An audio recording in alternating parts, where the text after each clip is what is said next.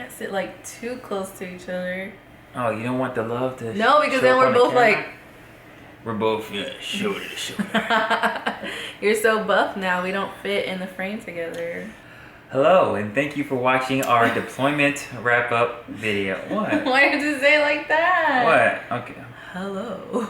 Are you like the movie phone? Remember the movie phone?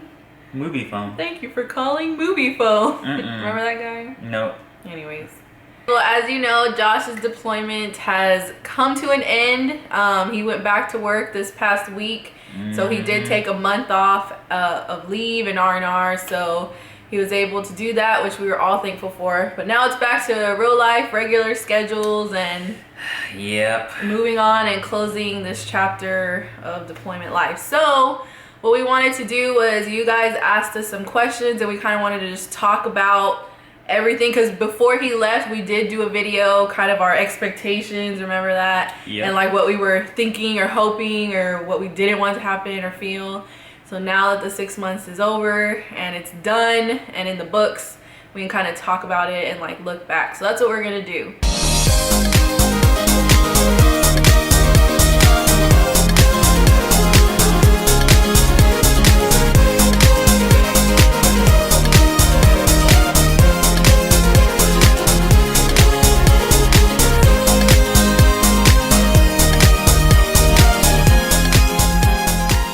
Definitely one of them for both of us was like Ethaniel, and how he was gonna kind of react, and how he was just, I mean, he was gonna be gone for 6 months from his life, so how that was gonna affect him, affect me. Longer than he's been alive. Yeah, I mean, he left when he was 3 months and came back when he was almost a year. So that's, you know, that's a long time to be gone from a new baby. So as far as how it went with Ethaniel, I mean, to be honest, I feel like he did a great job. He did the absolute best that he could do as a baby with all the changes. Because if y'all didn't know, while he was gone, I visited all my sisters, and so pretty much every 2 months I was staying with a new sister. And I think that actually probably helped him with the whole transitioning and all that stuff. He's like, okay, well, new people. Yeah, let's get this going. So he feed me puffs and I'll be happy. He definitely did get used to people, being around people, new environments. I mean, we went from the East Coast, which is one time zone, to the Central time zone, to California, another time zone, back to Texas, back to Virginia in like less than his little 1 year life. So that's a lot for him, and I feel like he did a great job. And as far as with me and everything, it was tough, I won't lie. I think the hardest part was just not having a place to call home, and sort of, I mean, my sisters did the best they could. I don't take anything from them. They helped me out more than, you know, I could have possibly asked for, giving me and accommodating me.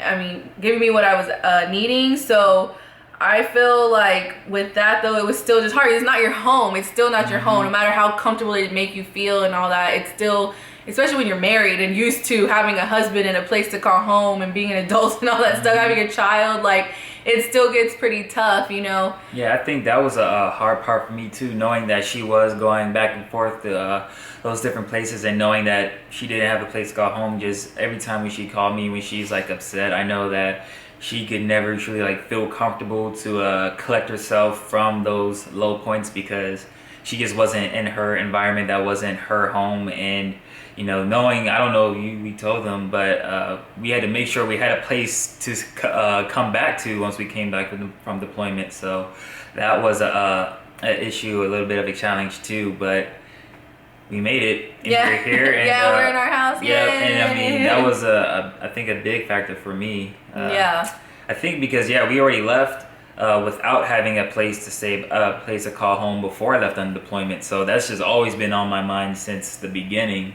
Just knowing that, okay, it needs to get done a couple 100 miles away, and making sure that we actually have some place to come back to. Talked about different things that we wanted to do while we were separate, you know, and I know Josh, part of the things he wanted to do was explore and go and see the country that he was staying in? Yep. So that was another reason why I joined the military in the first place, was to see the world, see more than just what I was used to. I mean, just going to San Antonio was just a big culture shock for me. So going to a whole nother country, like it was interesting to say the least. I definitely learned a lot of just things that I wouldn't experience just being here in America, and it definitely made me appreciate America a lot more and appreciate the little things that we as Americans have, and then just expanding my horizons on the way Qatari people, the way they think, and having different conversations with them. So it just definitely fueled my hunger to go explore more of the world. So. And I guess, okay, so we'll say this, that Josh was deployed to Qatar. That's where he was. And indeed, if you... Yeah, so with that said, if you're in the military, you probably know the reputation of Qatar and what they say about it, and how it's not really a deployment and it's like a vacation, and you know, it's whatever they call it, Camp Cupcake and all of that stuff, which... I've heard that. Yeah, I mean, you know, probably if I didn't have kids and I was in the military and I got sent there, I'd be happy. Out of all places, I'd rather be sent there than anywhere. So I get it, but at the same time, you're still in another country. You're still, at any time, something can happen. And things have happened. And yeah, and things have happened. That's the thing. It's like people, you're probably in the best case scenario for deployment. Out of deployment wise, yeah, definitely. Yeah, but it doesn't make it like, oh, we're just, nothing could happen. We're not, you know, like you're not really on vacation, you know. And then on top of that, if you are married, if you are military, being away from your family, it really tests you, and to kind of take that away from people who do get deployed to Qatar is like, I don't think that's really fair. So anyways, I just thought I'd say that because I just popped in my head. Because yeah, we didn't really ever flat out say where Josh was while he was deployed, just because I didn't want to. So but now that he's back and everything, I guess we can kind of say that that's where he was. And cool. Yeah, I've got to ride a camel, and I've eaten camel. Ew. The actual same camel that I rode. No, you didn't. No, it wasn't the same. That's the basic stuff, I guess. So y'all did ask us some questions, so we'll go ahead and get into them. We'll take the ones. Question time. Q&A. Da-da-da. Q&A. I don't know which way to look on the camera. Q&A or Q&A. Or qua. So we'll take the ones that were on Facebook first, because they are there. First question is from Ashley Carter Toms. I think it'd be Toombs, wouldn't it? Toombs. That is probably correct. T-O-O is two. Don't judge me, and forgive me, Ashley, for saying your last name wrong. But her question was, would you choose to travel between your family's home again if I were deployed? Would I choose? Yeah, Josh and I talked about that, and I think that now I would go back and visit, but I wouldn't do what I did again. Well, first off, we bought this house, so we can't just get rid of it. Like, oh, I'm deploying again. Get this out of here. No, so it doesn't work like that. Yeah, no, but I wouldn't, like, you know, I wouldn't leave for 6 months and not be here for 6 months. Yeah, I mean, I really felt bad putting her in that situation. Like, different things that came up. She couldn't come home. You know, she was at the mercy. Not to say that her family just, you know, took advantage of her or anything like that. I mean. Definitely not like that. But, I mean, think about that. If you guys were staying somewhere and you didn't have a place that just say was your home, you know, that's just a little piece of security that you take for granted. Yeah, you know, it's anytime like when you stay at a friend's house or for any long period of time, you're like, oh, I'm ready to go home. But imagine, you're ready to go home, but then you don't have a home to go to, so you can't even say that. Exactly, and that was pretty hard, just be like, we don't even have a home, and that made me cry more. So, so the answer is no. I would visit, but I wouldn't like do what I did this past deployment. And then, I mean, I really felt bad putting her in that situation, like different things that came up. She couldn't come home. You know, she was at the mercy. Not to say that her family just, you know, took advantage of her or anything like that. Definitely not like that. But, I mean, think about that. If you guys were staying somewhere and you didn't have a place that just say was your home, you know, that's just a little piece of security that you take for granted. Yeah, you know, it's anytime like when you stay at a friend's house or for any long period of time, you're like, oh, I'm ready to go home. But imagine, yeah, you're ready to go home, but then you don't have a home to go to, so you can't even say that. Exactly, and that was pretty hard. Just be like, we don't even have a home, and that made me cry more. So, so the answer is no. I would visit, but I wouldn't like do what I did this past deployment.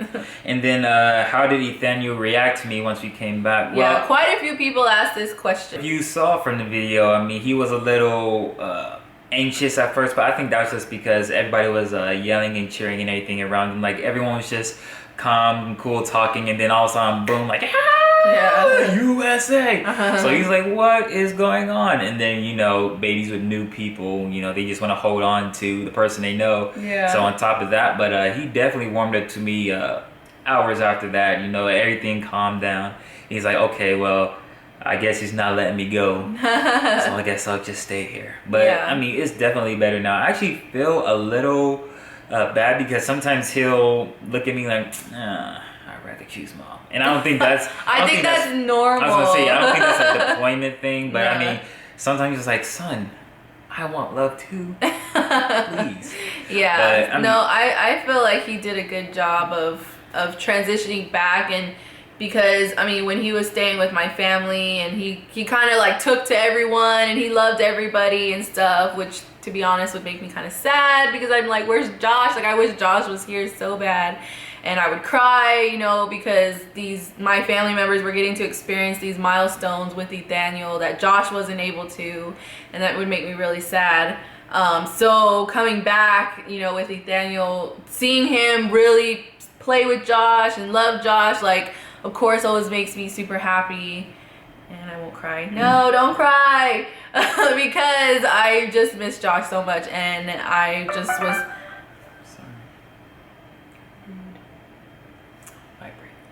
So yeah, I miss Josh, and I was so thankful that he's back, and I feel like that transition between them two and him warming up happened fairly quickly, which I'm really happy. I mean, I think because we would FaceTime or whatever it's called, we would use the Facebook Messenger, you can like video chat that way, and we would do that quite a bit with Nathaniel and Josh, and I feel like that helped because he recognized his voice, and even though he's like, okay, wait, you're not in the phone, but I know that voice. The golden voice. I think that did really help him seeing his face quite a bit. Yep, so this next question is, how do we all prepare for it? So this is I'm going to speak a little bit to the military folks who do watch. I always say, I work very well with checklists, to-do lists. So once I found out I was deploying, getting all that stuff in line, I'm sure if you've never deployed before, someone around you definitely has. So just talking with your supervisors or somebody, just getting all your affairs in order, financial, spiritual, you know, personal, all that stuff, getting that stuff just taken care of right before you leave. Our situation was a little bit different because we were getting out of our lease that we were renting, so you know, it's just a whole bunch of canceling contracts and stuff like that, which yes, you've heard the horror stories.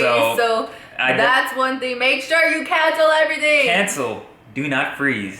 Just cancel. Like, it doesn't even matter if you're going to come back to the same place. Just go ahead and cancel it. It's not going to cost you anything to reinstate you. So I'm actually kicking myself every day because of that mistake. Yeah. But then also having a plan for when you go. Like, what are your goals there? Are you going to knock out some schooling while you're over there? Are you going to knock out professional achievements while you're over there military-wise? Are you going to be saving up money for different things you want to do when you come back? And just making sure that your family is aware of these plans and everybody's on the same track, because what I've seen over there is that spouses, not saying Emma's done this, but spouses ball out of control, if you will, with all the extra money coming in, and two people aren't necessarily on the same page. So keeping an open line of communication, know the place that you're going to. You can definitely, there's information out there for you to research, so you can find out if your internet connection, everything is good. You can find out what are the ways to communicate with your spouses and loved ones back home. So just finding that out beforehand will make it a whole lot easier before you leave, because we actually didn't do that, and it took us about a couple times to actually get in sync to where we can actually communicate with each other, just because of work schedule wise and everything. But once that all got rectified and we got on the same page, like we were able to talk and communicate all the time, you know, without any, have a plan, have a step, you know. You just don't go to your deployment and like, well, I'm here for 6 months, you know. Definitely make that time worth something. Yeah, especially if you're married. If you're single, you can do well, even still, I mean, yeah, you want to have a plan, but like you don't have to not report. You don't have to, what is it, like check in with someone else, you know, you're by yourself. But if you're married, I mean, that's like, especially if you can't talk to that person as often. Like we were fortunate enough to be able to kind of communicate here and there. Yeah. But I mean, if we weren't, that would have been horrible. Just because so many things did happen where I was like, Josh, why is this happening? Or why is this, you know, money here? Or why are these bills not being paid? Or I don't know, like different things, you know. So I was able to talk to him. But yeah, I guess that was it. I mean, for us, we literally had like a month really to get ready. It was so fast. Another thing too. It was so fast. It wasn't, that's not normal apparently. I mean, I guess it could be, but it was so fast. They were like, Josh, you just finished your ALS class. Yep. You finished that, great, good job. Then like 2 weeks later, oh, by the way, you're getting deployed. And I was like, you're kidding, right? I mean, it was ridiculous. So yeah, I mean, we didn't have that much time at all. So it was like, it was just, oh, it was hectic, just trying to get the house and organized and stuff. And that's actually one of our questions, was the internet good? Which we said, yeah, that was. She said, what helped the most while we were apart? Also the communication that we said before, FaceTime, video chatting, a whole lot, which was really good. The lodging, it was, like we said, it's kind of like Camp Cupcake in those regards. It was like, if you've been in the military, I'll say it's like tech school, whereas you have your room and you may or may not have a roommate, but it's big enough for 2 people. I only had to share a bathroom with my suite mate, so like regular times, like regular ops tempo as they call it, it was only me and then another guy and my neighbor, so it was only 2 people sharing a bathroom. When we had conferences and an influx of people, I'd have a roommate, he'd have a roommate, so it'd be 4 people. But even still, I mean, the side of the base that we were on, our bathroom was just open up the door and you go right there. Now on the opposite side of the base, they had to go outside and go take a shower, go do their laundry, and go to the bathroom. So I'm like, I would have been miserable because it was humid out there, it was hot, and I've had How to do walk they out. decide who goes to what side? It depends on where you work at. Oh, it depends your job. Yeah, Okay. so not really job where you get stationed at, because I had someone that was, we worked in the same building here in America, and then we both went out there, and he wasn't on the side of me, so he was over there roughing it. That's sad. And I would have hated it. Like they call the mobile bathrooms out there Cadillacs, so it would have been horrible. Public bathrooms, sharing it with everybody. But yeah, like I said, I only had to share it with one other person, and we never conflicted. Like, man, he's taking a shower, so I can't go poop or something. But anyway, she said she asked that because her husband will be deployed to the same place. Yeah, so besides the whole family thing, it's a really good place to be. Like, you guys will definitely be able to communicate with each other. You'll be able to keep track of each other and know that he'll be fairly safe and that, you know, there shouldn't be no issues. But yeah, thanks Ashley for those questions. I will move on to Tracy Animal Mag Dennis.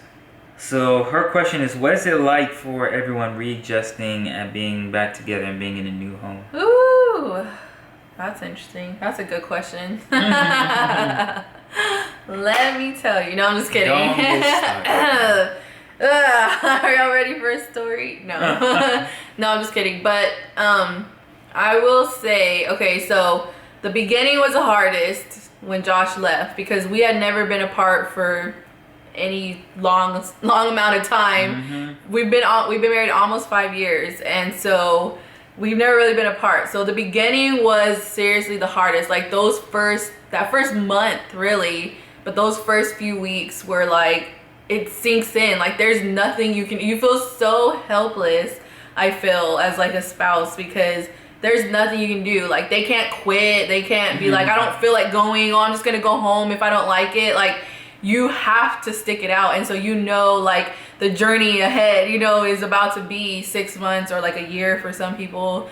So like realization is so hard. It's like stages. The 7 stages. Yeah, it's like stages for real, because you go through that. Then you accept it, and you're like, okay, it's been a month. You know what? I can't mope around forever. I can't cry at every situation. I can't be sad all the time. I can't, because I mean, I was like crying all the time in the beginning. Just like I said, every time Nathaniel would do something, I would cry, because I'm like, that's not fair. Like, Josh should be here. It's not fair that we're doing all these things and Josh is not here. But then, you get to a point where you're like, I can't be like that. For one, for Nathaniel, like, I couldn't just be miserable every time he made a milestone or something just because Josh wasn't here to see it.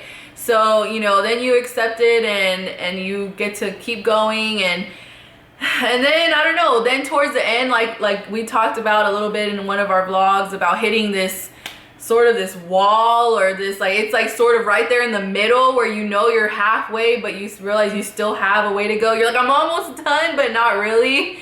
And that part was like, I think that was also the beginning, and then of course the middle was hard again.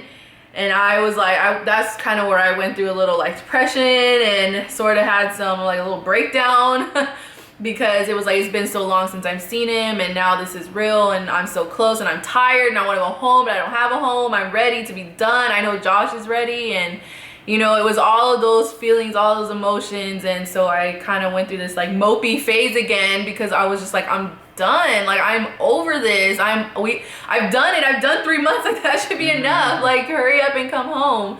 But it wasn't, so then after that, and I got over that, then you like hit this other weird part where you like have to almost like close them off from your feelings, because then you would just be really, really sad all the time. So you have to hit this like you love them, but they're not there, so you can't really like fully always love them and be sad. You know what I mean? I don't know, does that make sense?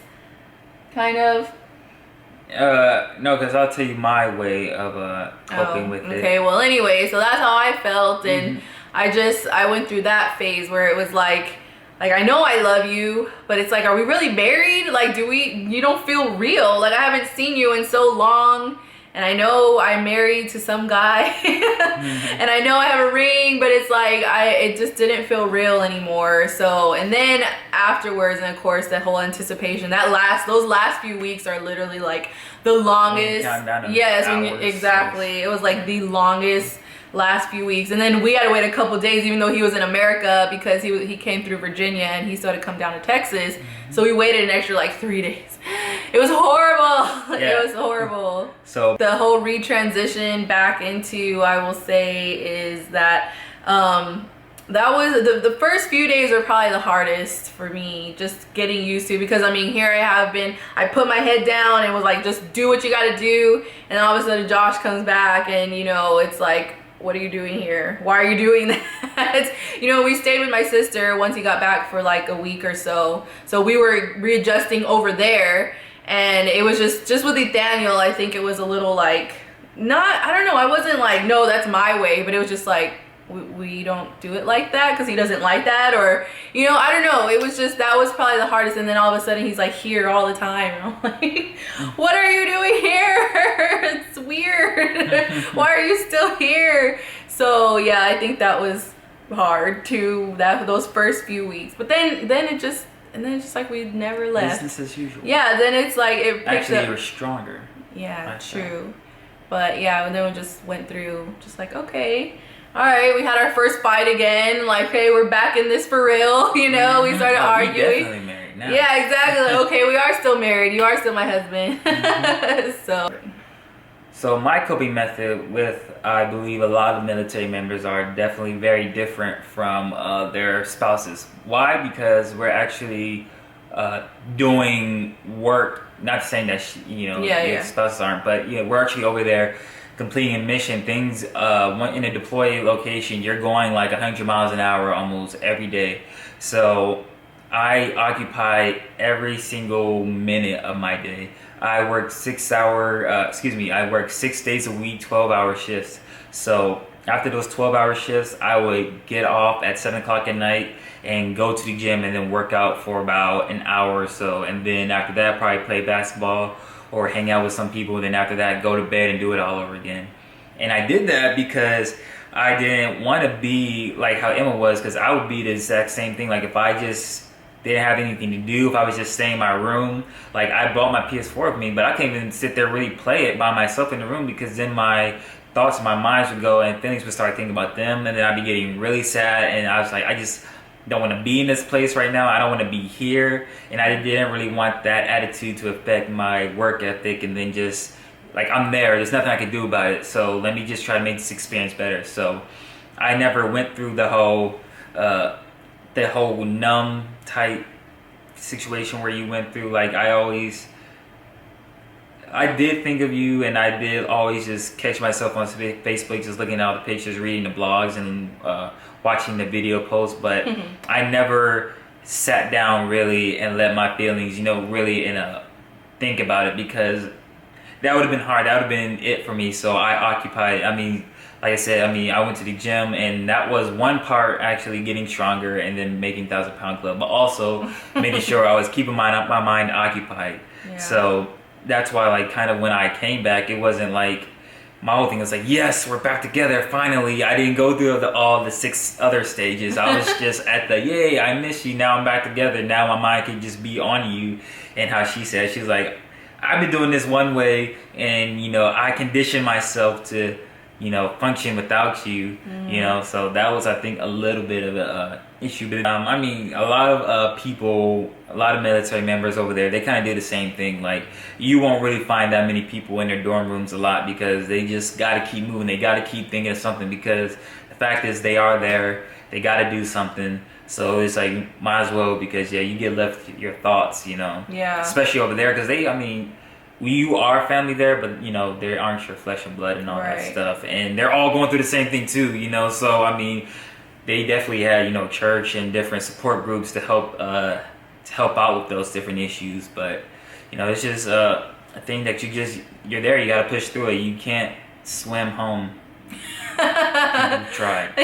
She also asked, have we managed to get one-on-one time? Have we been on dates since we've been back? The answer is yes. Yeah. Why? Because I have a mother who will steal our child away from us if we don't give her time with her grandson. That's not. And also for military folks, if you don't have the incentive or the luxury of having your family around, check out your Airman Family Readiness Centers on your bases, because they give military couples 70 hours of free childcare for deployed members who come back. So when you come back, all you have to do is just talk to them, and then you schedule the time, and that's free.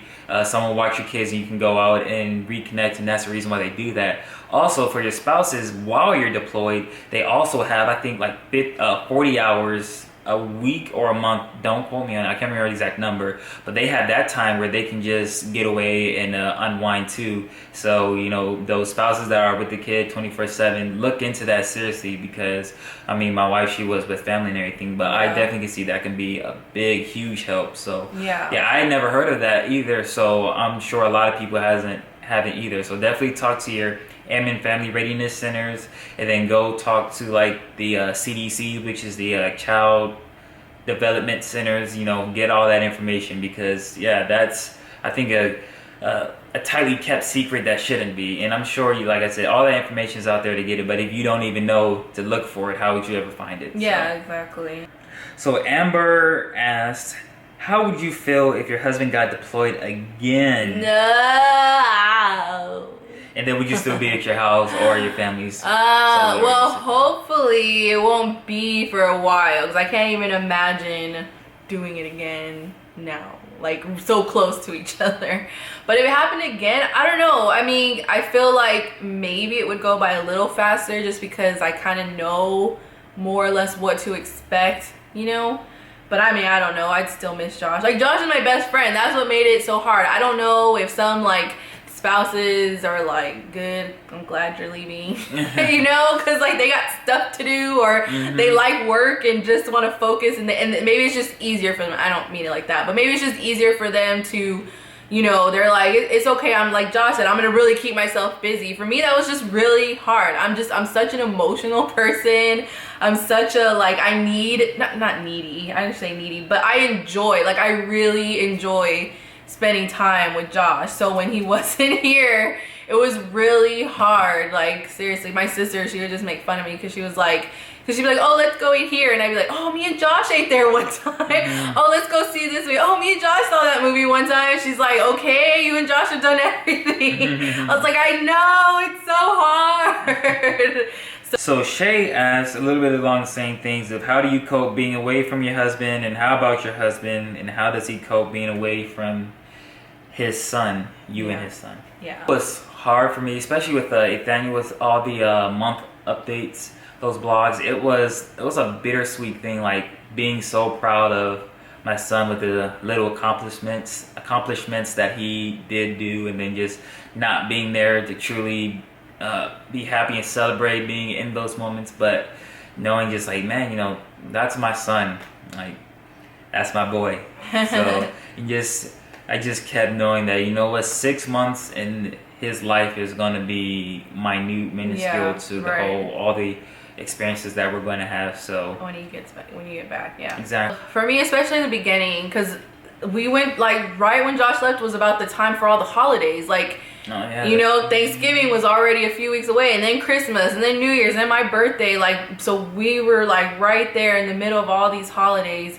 And I guess for me, there was a lot of guilt for me with Nathaniel, because I wanted time to hurry up so that Josh could get back, but then at the same time I felt bad saying that, because it's like I didn't want to see Nathaniel grow, you know? Does that make sense? Yeah. Like, yeah, like it was like, you know, I feel like I was being selfish, because instead of, you know how they tell you like, oh, enjoy every moment and cherish the moments because they grow so fast and all that stuff, I was like, I know, but the faster these 6 months go by, the sooner my husband can come home. But then I felt bad for thinking that, because I did want to enjoy all the moments. I didn't want to feel like I was rushing Nathaniel, you know, like hurry up and be a next month older. And so there was like this really weird guilt that I would feel, you know, and I don't know, it's probably like a mom thing, I don't know, but it was just all these different things, all the different emotions that I would feel, because I'm emotional. All these emotions are flooding over me. I was over there. I had the opportunity to do quite a few things for extracurricular activities, and they were fun. I was able to do sand dunes, which we have a video on that. I went off base to different marketplaces and just seeing a different culture, and I felt like guilty too, because I'm like, man, you know, I'm having fun, and I wish Emma could experience this with me. I've never ridden a jet ski. I rode jet ski for the first time over there. I'm like, man, that would be awesome if Emma was on the back of this jet ski with me. I mean, the weight, we probably would have toppled over, but I mean... Why? Are we trying to say I'm fat? No, I'm saying 2 people on the jet ski. The weight's probably, I mean... No. That was worded so wrong. What? Well, I was just saying, this is my first time doing the jet ski, and then she'd be on the back of it. I mean, I don't know. It would have been a good time anyway, regardless. The point is, I was doing some things that I wish that we could experience together. So I was having that. I'm like, I was having fun. I'm like, but is this true fun? Yeah, I know. That was the same for me. You know, I do things and I'm like, this is fun. I'm glad I got to do this. But then I'm like, this would have been more fun with Josh. You know, or like, oh, we would have laughed about this, or we would have, you know, he would have been really silly. And so I told him it was so hard. I was like, you better not ever divorce me or leave me, because it will be so hard to get over you, because he's like in everything. Like, he's so random and silly that like I would hear a song and I would remember when Josh would dance to it. I'm like, oh, this song reminds me of Josh. Or I'd see like a show or something, oh, this reminds me of Josh. It was so annoying. I'm like, get out of my head, God. See, that's what you got to do to them. You got to sprinkle yourself in every inch of their life so that they can't leave you or to think about yourself. Josh would be so helpless without me. That's true. Now that we are back together and I'm not pregnant or nothing, like now you gotta think about birth control and like how you're gonna not get pregnant, because deployment babies are a real thing. Deployment babies are for sure a real thing. I can totally see how they happen. Totally, they're made out of so much love and like passion. So yes, I can totally see how a deployment baby becomes a reality. But Josh and I talked about it before he got here. Like, we're not ready. For one, I want him to spend time with Nathaniel as just us three before I get pregnant. And now it's like, okay, Nathaniel, but now we need to take care of Emma to get her the doctor's appointments or whatever, different things, or I'm sick. And I really wanted all three of us to like enjoy our time together, you know, just us three, before we bring on another life and another human. So I don't know when it'll happen. It will happen because we do want to have at least one more. I mean, Lord willing, you know, that we have another one. But probably, I don't know, a year or two, maybe 2 years, maybe 3. Who knows? I'm leaning more towards, you know, Nathaniel being like 2 or 3 before we really start trying or thinking about it. Yeah. So I don't want to wait too long. But I'm not quite ready to do that again. Like, I want to work out again and just feel like my old self again, because I feel like I didn't really ever get that chance. Like, I went through some postpartum depression, and then Josh, you know, left, and I feel like I was just trying to not drown the whole time, or like I was just trying to catch up, and I never feel like I really got to come be myself again, you know, until just recently, really, when we finally are getting into a routine of settling into this house and having Josh back home. And, you know, so anyways, I kind of do want to wait a little bit, because I know a lot of people ask, you know, what about more babies? So I hope we're enough for now, us three. Cause, yeah, all right. Yeah, because I don't know when there will be another one. So anyways, that's it. That's all we have. And now it's, again, that's it. This chapter is over. It's now moving forward and moving on and continuing on with our lives and what we want to do with